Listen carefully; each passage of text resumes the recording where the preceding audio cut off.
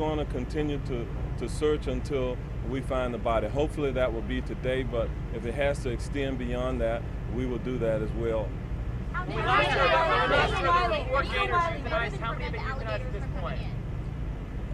Is there anything being done to Underwater fences in that lake to prevent the alligators from getting in from the waterways or whatnot?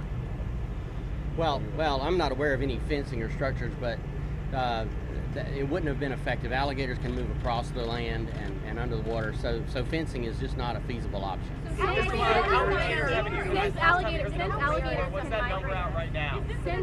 can migrate to that area, why is there no type of signage? Just as a wildlife official, tell us, if they can migrate there, why are there no signage? I'm not assuming there's no signage. It's still early in this process, and we're still working. Mr. Wiley, last time we spoke, what's that number out right now? Have you located any more gators? One more alligator's been found without any additional. How many gators you come here every year?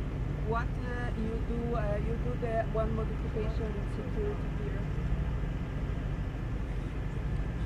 I'm not sure. Not sure what the question was.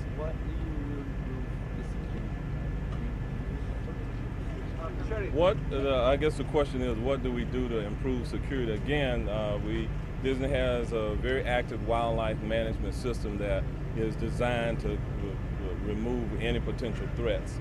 What we're going to do also in terms of giving you another update, we anticipate that there will be another briefing at somewhere around 6 p.m. today, if not before. If there's new developments, we'll do it before then.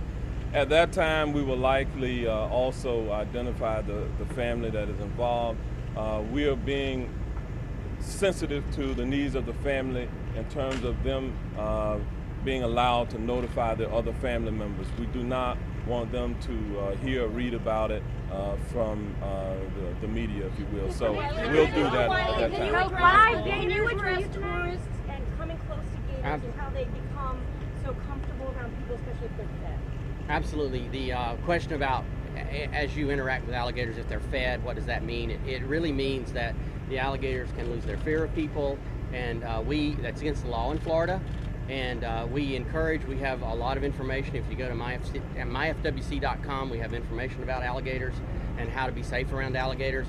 The story here is this is a tragedy and it's terrible, but it's a rare occurrence.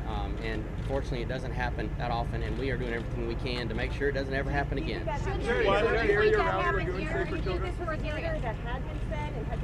It's really too early to speculate. I'd hate to go there because there's so many variables at play here. Do you consider that this would be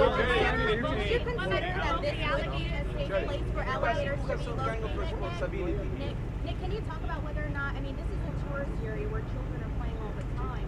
Is this an area where we should have, children playing there, accessible when it's so close to gators? It's just creating attractive distance by putting in white sand around lagoons that have alligators, attracting children and families to come there. Well, some of that we really can't get into now. There is an active investigation that is going on. The investigation itself is going to help us answer some of the questions that you've asked.